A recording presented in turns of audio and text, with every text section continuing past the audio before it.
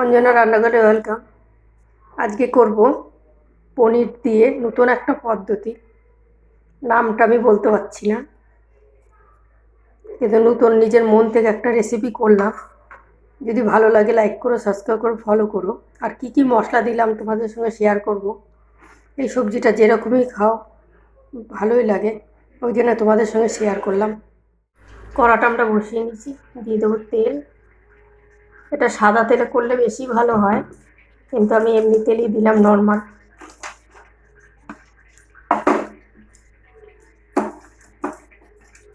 এই ক্যাপসিকামগুলো দেবো।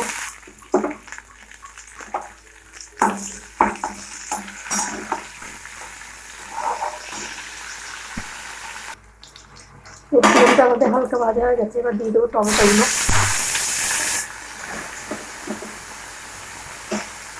এটাকে একটু ভেজে নেবো। আমরা কোনো রকম হলুদ ব্যবহার করবো না।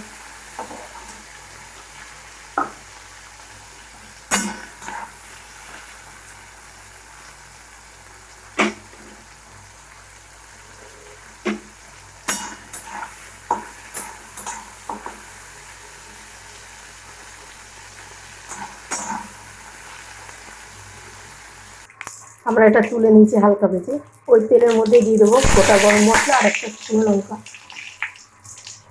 দিয়ে দেবো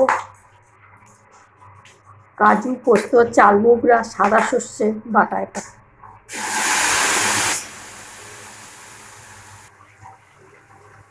হাফ চামচের মতো নুন দেবো।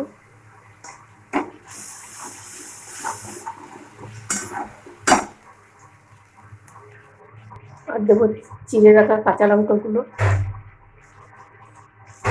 আর অল্প একটু কাশ্মীরি লঙ্কার গুঁড়ো, বেশি দেবো না আমরা। আর দিয়ে দেবো মিক্সি মেরে ধোয়া জলটা। এটাকে আমরা একটু করে নেবো মশলাটা।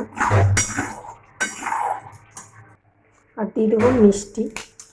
আপনারা চিনি সেগুলো চিনিই দিতে পারেন, আমি বাতাসাটা দিলাম।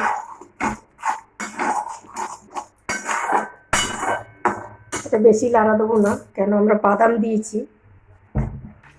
দিয়ে দেবো জল।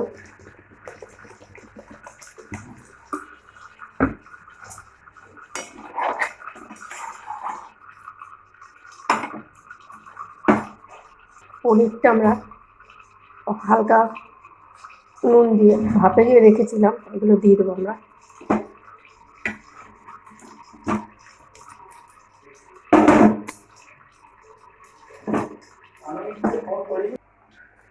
দিয়ে দেবো বাকি সবজিগুলো যেটা ভেজে রেখেছিলাম।